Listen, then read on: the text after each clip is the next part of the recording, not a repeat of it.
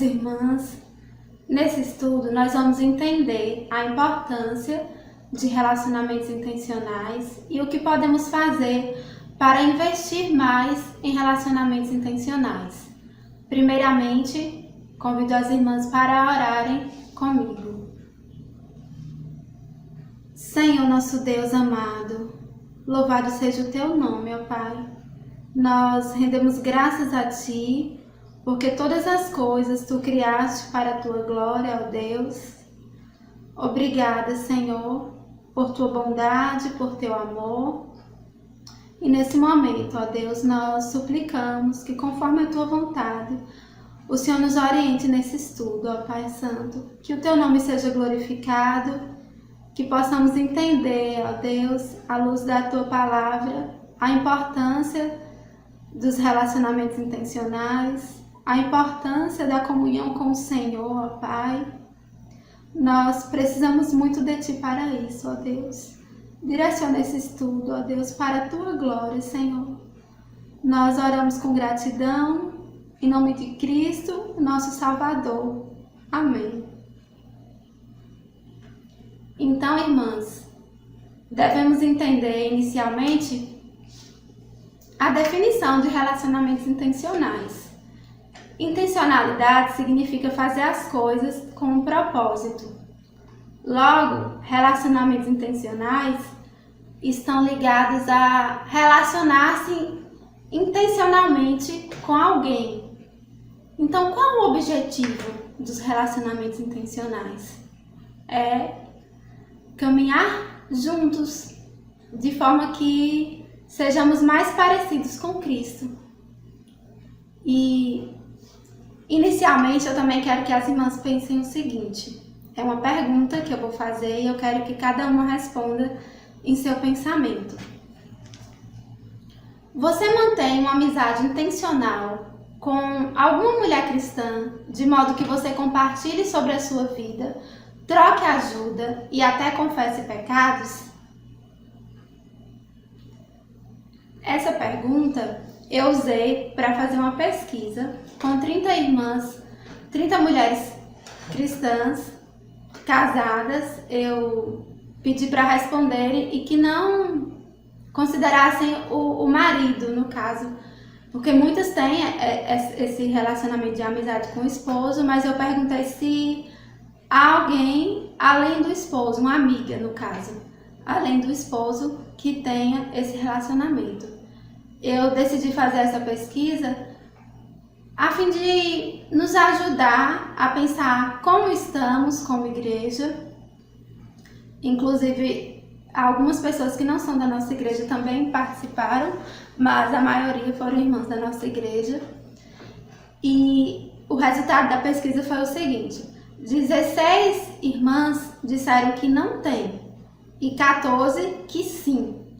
Então, essas que responderam que sim, eu não sei exatamente se já há um entendimento do que realmente é um relacionamento intencional, mas é algo que eu quero que as irmãs considerem e vamos pensar enquanto estudamos.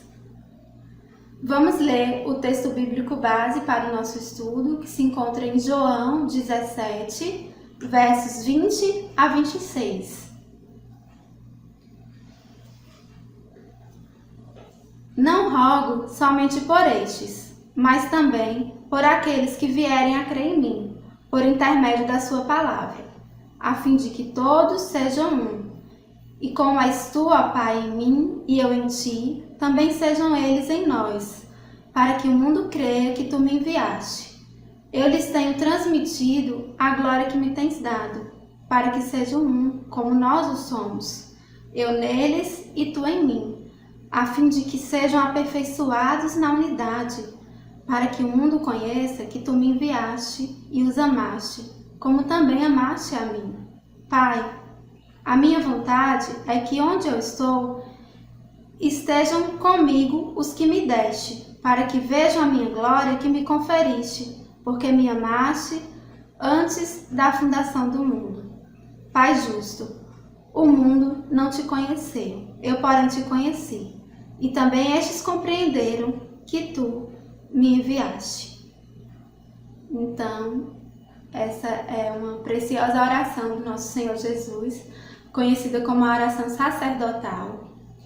E a partir desse texto nós vamos pensar em verdades que vão nos ajudar a compreender melhor a nossa temática.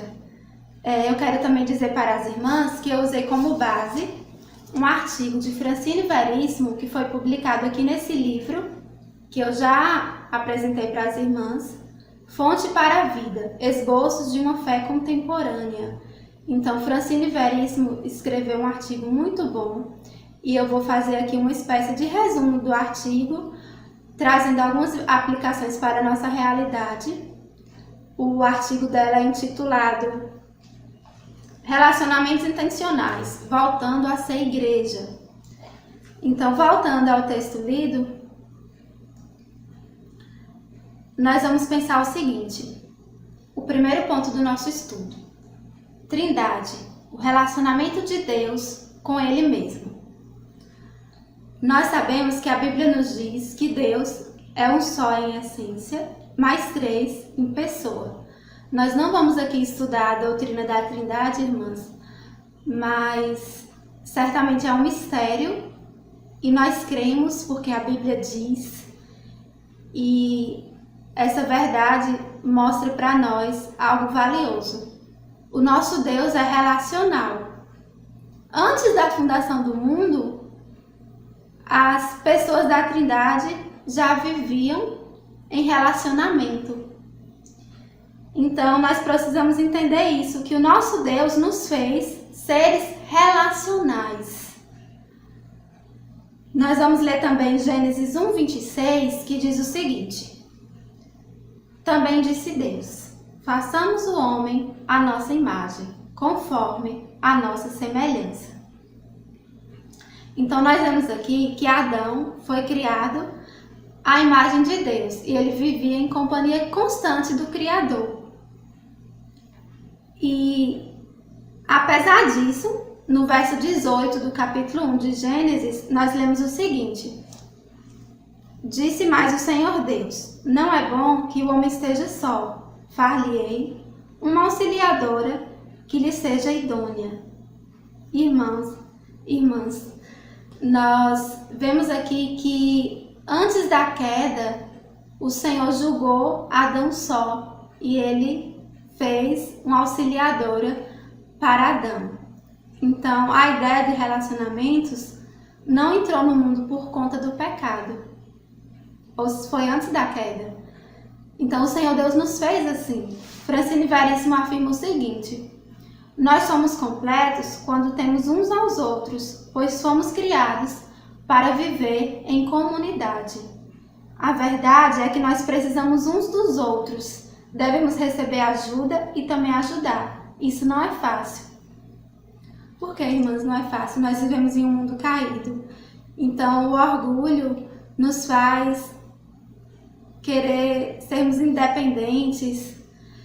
E isso é tão perigoso porque precisamos lembrar que o Senhor nos fez para sermos dependentes uns dos outros. O segundo ponto que nós vamos ver é a comunidade para a qual fomos chamados. Jesus chamou os discípulos para si e criou neles um senso de família. Na oração de Jesus, em João 17, há um chamado a relacionamentos intencionais que não é opcional, é ordenado. Se nós considerarmos aí o verso 11 do capítulo 17, Jesus disse o seguinte: Já não estou no mundo, mas eles continuam no mundo, ao passo que eu vou para junto de ti. Pai Santo, guarda-os em teu nome, que me deste, para que eles sejam um, assim como nós. Em Filipenses, capítulo 2, verso 2, o apóstolo Paulo afirmou o seguinte: Completai a minha alegria, de modo que penseis a mesma coisa, tenhais o mesmo amor, sejais unidos de alma, tendo o mesmo sentimento. Então, o Senhor nos chamou para viver essa unidade, para viver em igreja, e a igreja é isso, é a família de Deus, é o corpo de Cristo. E como precisamos de graça do Senhor para viver dessa forma, para sermos de fato um. Paul Tripp é outro autor que nós gostamos muito e ele diz assim que nós acreditamos em duas mentiras, a mentira da autonomia e da autossuficiência. Nós queremos ser independentes e acreditamos que em nós temos tudo o que nós precisamos, que podemos fazer qualquer coisa sem a ajuda do outro. Então, infelizmente, são mentiras que nós acreditamos e muitas vezes vivemos sem pensar na necessidade que temos de ajuda, de também oferecer ajuda. E algo muito interessante que ele diz, eu vou ler para as irmãs, é o seguinte: todos nós somos pessoas tanto com necessidade de ajuda, como posicionadas por Deus para prover ajuda aos outros. Sempre carregamos ambas as identidades. Nossa necessidade por ajuda não é o resultado da queda, mas o resultado de sermos humanos. Então, essa unidade da igreja fortalece a nossa fé e também mostra ao mundo Cristo. Outro ponto muito importante que nós precisamos pensar é o seguinte: o mais importante relacionamento intencional. Todas nós sabemos do que se trata. Vamos ler Marcos 1:35. Tendo se levantado alta madrugada, saiu, foi para um lugar deserto e ali orava. Aqui nós sabemos que se trata do nosso Senhor Jesus Cristo e Ele sempre será o melhor exemplo para nós, o exemplo a ser seguido. E nós sabemos que Jesus vivia com muitas pessoas. Um dia de Jesus era bastante agitado, ele curava, ele se doava para as pessoas e para repor as suas forças, ele buscava comunhão com Deus. Nesse versículo que nós lemos, diz que era levantado alta madrugada, saiu para um lugar deserto e ali orava. Então, irmãs, nós sabemos disso, que o nosso relacionamento com o Criador é o mais importante de todos em nossas vidas. Se nós não amarmos ao Senhor Jesus, nada em nossa vida valerá a pena. Nós não conseguiremos amar aqueles com quem convivemos se não amarmos ao Senhor Jesus. E aqui eu quero trazer também um alerta para mães de crianças pequenas. Eu estava conversando com uma irmã essa semana sobre isso. Como nós muitas vezes corremos o risco de pensar que a maternidade atrapalha a nossa comunhão com Deus. Isso é outra mentira também que muitas vezes nós acreditamos e até repassamos para outras mulheres. Uma autora que eu gosto muito, Gloria Furman, ela fala o seguinte sobre a vida dela, que quando o primeiro filho nasceu, foi algo muito difícil, porque ela se deparou com noites mal dormidas, a rotina mudou bruscamente. Então, assim, ela pensou que a maternidade estava atrapalhando os momentos devocionais que ela já tinha de forma tão organizada, e ela começou a encarar a maternidade como um fardo. Mas aí, pela graça de Deus, o Senhor mostrou para ela o quanto Ele trabalha em nossas vidas através da maternidade e que nós precisamos aprender a buscar a Deus enquanto estamos atarefadas. Enquanto nós trocamos uma fralda, enquanto nós damos um banho em nossos filhos, nós estarmos orando, estarmos adorando ao Senhor. E eu estou certa do quanto a maternidade nos aproxima de Deus, nos faz refletir sobre o infinito amor do nosso Deus. Muitas vezes, irmãs, nós somos confrontadas com os nossos próprios pecados quando nós precisamos disciplinar nossos filhos, quando nós deparamos com situações aparentemente bobas do cotidiano, mas nós enxergamos as crianças repetindo os nossos próprios pecados e assim Deus vai trabalhando em nossas vidas de maneira maravilhosa. Eu me lembro que certa vez, quando eu estava grávida de Ruth, Levi tinha 2 anos e ele estava brincando aqui em casa, brincando até de igreja, que estava em culto. E eu estava nesse dia, muito atarefada, muito assim, agoniada um pouco, com muita coisa para fazer e que eu observava que eu não estava dando conta. Então, meu olhar estava muito voltado para as coisas desse mundo naquele momento. E de repente, eu ouvi ele dizer assim: irmãos, vamos abrir a Bíblia no Salmo tal, que ele até falou algo que não estava escrito no texto que ele disse, mas uma criança de 2 anos, é claro. E ele também falou de forma infantil isso, mas ele disse o seguinte: Jesus morreu e ressuscitou e ele está vivo. Eu nunca me esqueço daquele dia, eu até escrevi um pequeno texto e enviei para algumas irmãs próximas a mim, dizendo o quanto Deus falou ao meu coração através daquela circunstância. Eu estava com o olhar voltado para as coisas desse mundo e Deus usou ele, uma criança que ainda precisa passar pelo novo nascimento, mas para direcionar o meu olhar para o que é realmente importante, que é o Evangelho. Então, é apenas uma experiência. Certamente as mães de crianças pequenas têm muitas outras a contar. As irmãs também que não têm mais crianças pequenas, tem outras possibilidades de investir mais na vida devocional, até de ajudar as irmãs mais jovens. As solteiras também já podem se preparando, lendo sobre o assunto, sobre a importância de manter uma vida de comunhão com Deus, independente da circunstância na qual estamos. Então, nós entendemos aqui nesse ponto que os relacionamentos intencionais fluem da nossa comunhão com Deus. Ou seja, é uma comunhão vertical com Deus que vai nos levar a ter uma comunhão horizontal com os outros. 4º ponto: como viver isso de forma prática? Então, primeiro, irmãs, precisamos entender a importância. Eu espero que até aqui as irmãs já tenham entendido a importância e que é algo ordenado pelo Senhor Jesus.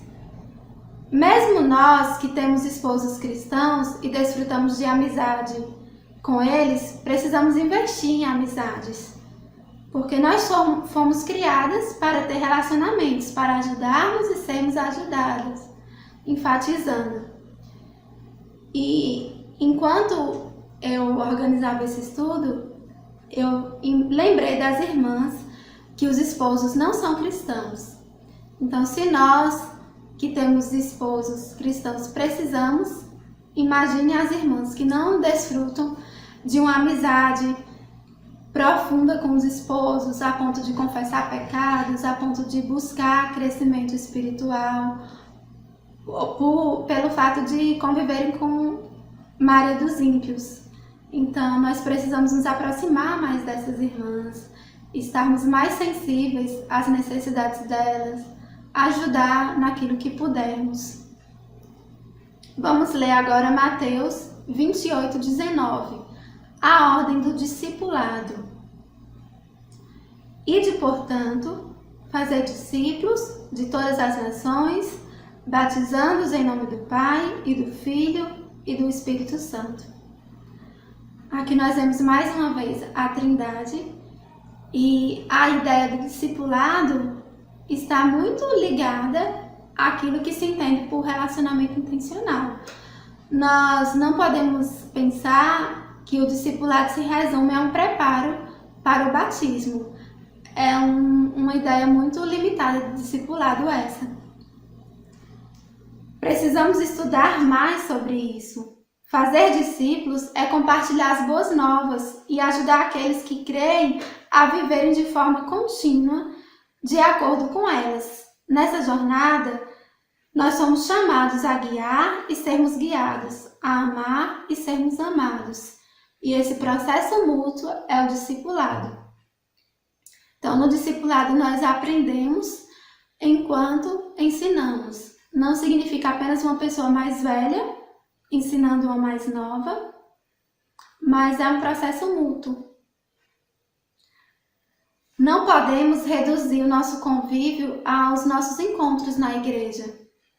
Francine Veríssimo diz o seguinte: é preciso ir além, é preciso um viver conjunto, uma convivência que só pode acontecer com intencionalidade. E aqui algo muito importante a ser ressaltado é: não espere perfeição. Os relacionamentos acontecem entre pecadores. Há uma frase que Francine comenta que o esposo dela falou para ela: quanto mais pecadores se aproximam, mais a sujeira de um atingirá o outro. Então, se nós pensarmos assim: eu vou me aproximar de alguém, mas essa pessoa é assim, assim, assim. Eu vou procurar alguém que pense mais parecido comigo. Então, sempre haverá problemas. Não há como fugir disso enquanto nós estivermos nesse mundo. Por isso que a amizade entre dois pecadores só acontece quando há três componentes, que é a vulnerabilidade. O que é a vulnerabilidade? É justamente essa capacidade de expor os lados mais sujos e escuros de si. Nós vamos ler um texto bíblico em Lucas 7, 37 a 38. E eis que uma mulher da cidade, pecadora, sabendo que ele estava à mesa na casa do fariseu, levou um vaso de alabastro com unguento. E estando por detrás, aos seus pés, chorando, regava-os com suas lágrimas e os enxugava com os próprios cabelos, e beijava-lhe os pés e os ungia com o unguento. Então, essa mulher pecadora, ela não teve vergonha de se expor, de se derramar diante do mestre, apesar da sua condição. E Francine Veríssimo explica o seguinte, que quando há essa capacidade de expor os lados mais sujos que há em nós, a confissão vem naturalmente. Vamos ler Tiago 5,16. Confessai, pois, os vossos pecados uns aos outros e orai uns pelos outros, para serdes curados. Muito pode, por sua eficácia, a súplica do justo. Então, essa confissão vem naturalmente quando as máscaras caem. É isso. E graça é outro componente indispensável na amizade entre pecadores. Romanos 15:7. Portanto, acolhei-vos uns aos outros, como também Cristo nos acolheu para a glória de Deus. Ou seja, é demonstrar graça apontando para o caminho certo. Então, alguém vem nos procurar pedindo ajuda, até confessando um pecado. Nós não podemos condenar essa pessoa. Pelo contrário, precisamos lembrar que nós somos capazes de cometer o mesmo erro e demonstrar graça a essa pessoa. É claro, não é passar a mão na cabeça, mas é apontar para o caminho certo, que é Cristo. E com a ajuda de Deus, irmãos, nós podemos fazer isso. Quinto ponto, mas com quem? Talvez vocês já estejam até pensando sobre isso. E novamente nós vamos nos voltar para o exemplo de Jesus. E é tão precioso quando nós pensamos que Jesus convivia com uma grande multidão, ele se relacionava com essa grande multidão, ajudava as pessoas da grande multidão, olhava ao redor e escolheu 12 discípulos para estarem mais perto. Dentro dos 12 discípulos, havia 3 mais próximos: Pedro, Tiago e João. E dentre esses 3, nós sabemos que João era o amigo mais próximo do Senhor Jesus. Então, aqui é um exemplo valioso demais para nós. Não é errado formar panelinhas, entre aspas aqui. As panelinhas só não podem estar fechadas. Precisamos estar sensíveis e atentos aos outros. Lembre-se, é isso que Francine fala. Ainda que tivesse amigos próximos, Jesus ainda se importava com as multidões e nos mandou mostrar amor até mesmo aos nossos inimigos. Não seja egoísta com o seu tempo, ignorando as pessoas ao seu redor. Mas ao mesmo tempo, não tente abraçar o mundo. O segredo está no equilíbrio, guiado pela oração e pelo Espírito. Onde? Com que frequência? Então, nós devemos entender que é um investimento. O relacionamento intencional é um investimento. E é necessário ter uma constância. Jesus vivia sempre com os discípulos e a igreja primitiva mantinha-se sempre unida. Então, nós sabemos que os irmãos da igreja primitiva viviam um contexto de perseguição e era até uma forma de proteção contra os ataques, o fato de estarem juntos no mesmo lugar. E como nós podemos fazer isso? Inclusive, irmãs, precisamos lembrar aqui da época em que vivemos, uma época de pandemia, por exemplo, onde cada um está em sua casa e nós corremos o risco de nos isolarmos, ficarmos solitários e não lembrarmos das necessidades do outro. Eu até pensava como nós talvez estaríamos mais preparados para lidar com essa situação se já tivéssemos esse hábito de relacionamentos intencionais, de ajudar uns aos outros com mais intensidade, eu digo nesse sentido. E aqui eu quero citar o exemplo de Francine Veríssimo, que eu achei muito importante o que ela diz. Ela se encontra todos os domingos com as irmãs da igreja no templo, com quem ela tem amizades, mas não tão profundas. E uma vez na semana, ela se reúne com o pequeno grupo que ela e o esposo lideram. Então, há as irmãs desse pequeno grupo, com quem ela tem uma amizade mais intencional, com quem elas se encontram, vão nas festas de aniversário. Mas, dentre essas, há 3 em que ela investe mais, em que ela procura quando precisa, liga a qualquer hora do dia quando está passando por uma dificuldade. E há uma que ela se encontra uma vez na semana, em um horário já agendado, para conversar, para orar, para buscar ajuda. Além dessa irmã, ela tem outra mulher mais experiente e mais velha que ela, com quem ela se reúne 2 vezes no mês. E isso, irmãs, não é por telefone, não é por chamada de vídeo, é um encontro presencial. Ela até chama a atenção, porque os relacionamentos são limitados pela distância. Nós podemos até ter amizades com pessoas que estão distantes, sim, é possível, principalmente pessoas da nossa família que nós amamos muito, mas a distância limita. Então, é um relacionamento que precisa ser investido de forma presencial. Então, alguém pode pensar, não tem como fazer isso que Francine Veríssimo faz. Mas se nós esperarmos sobrar tempo para investirmos, esse tempo não vai sobrar. Pelo contrário, os dias passam tão rápido que às vezes passa 15 dias e a gente pensa assim, eu nem liguei para alguém que eu precisava ligar, porque é muito rápido.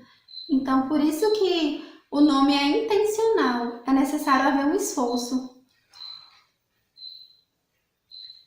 Se nós vivermos de forma isolada, usando nosso tempo livre para nossos próprios hobbies e atividades, não somos corpo.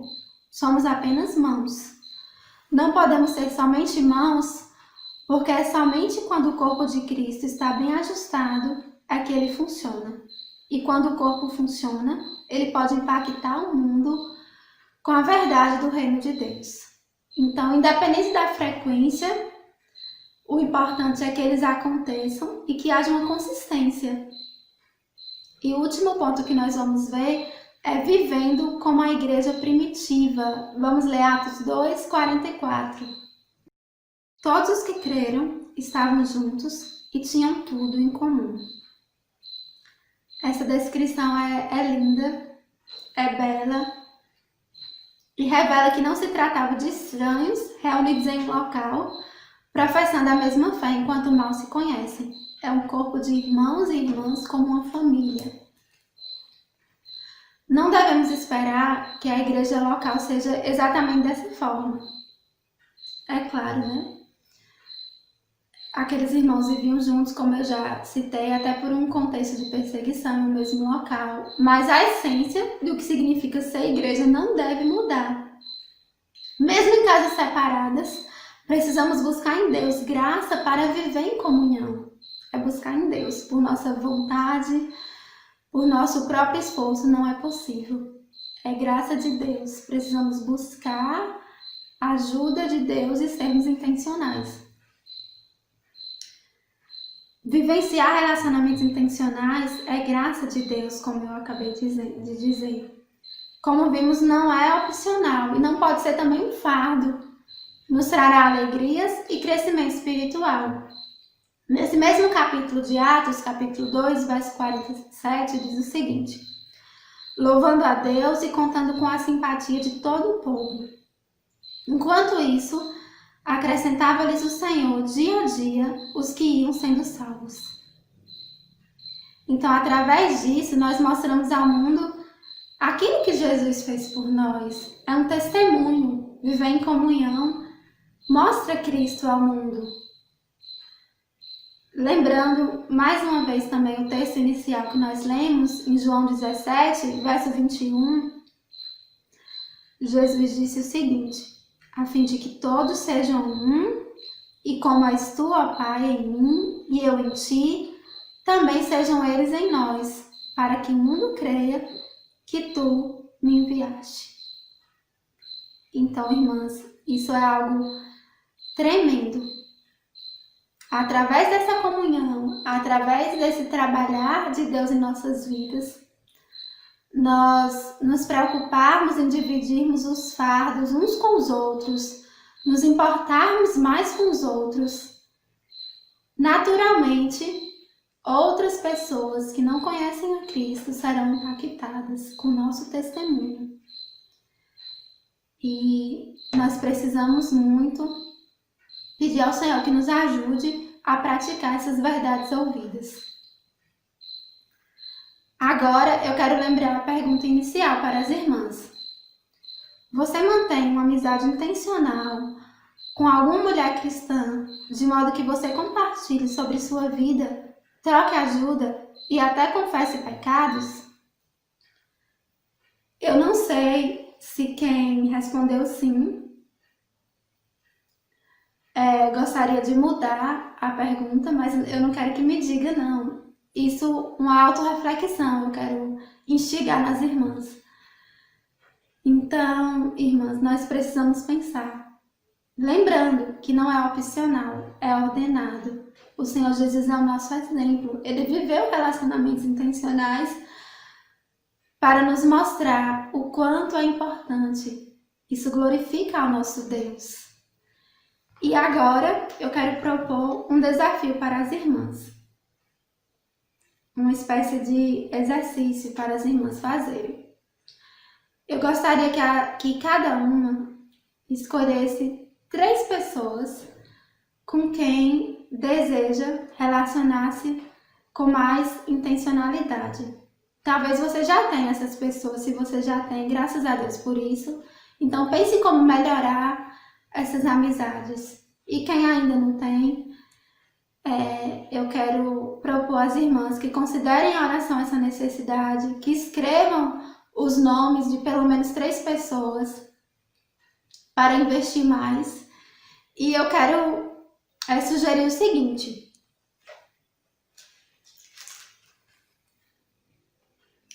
que você escolha uma mais jovem que você. Pode ser, inclusive, uma pessoa que você deseja evangelizar. Também, em nossa igreja, há muitas meninas que as mães não são cristãs.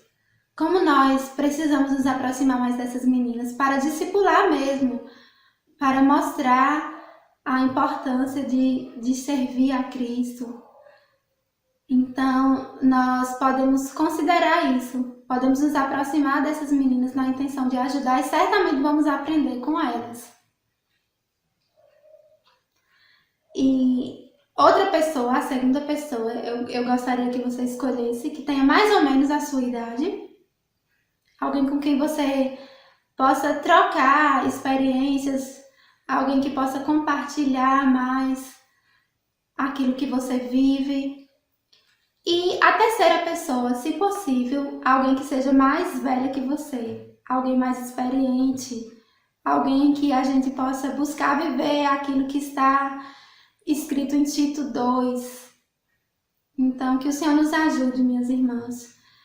Eu espero que ainda nessa época de pandemia, que com a graça de Deus nós possamos nos importar mais umas com as outras, que estejamos mais unidas em oração e que não seja algo superficial, mas que seja realmente um desejo de que o nome do nosso Deus seja glorificado, de que o mundo veja Cristo. Então, que Deus abençoe a cada uma. Um grande abraço.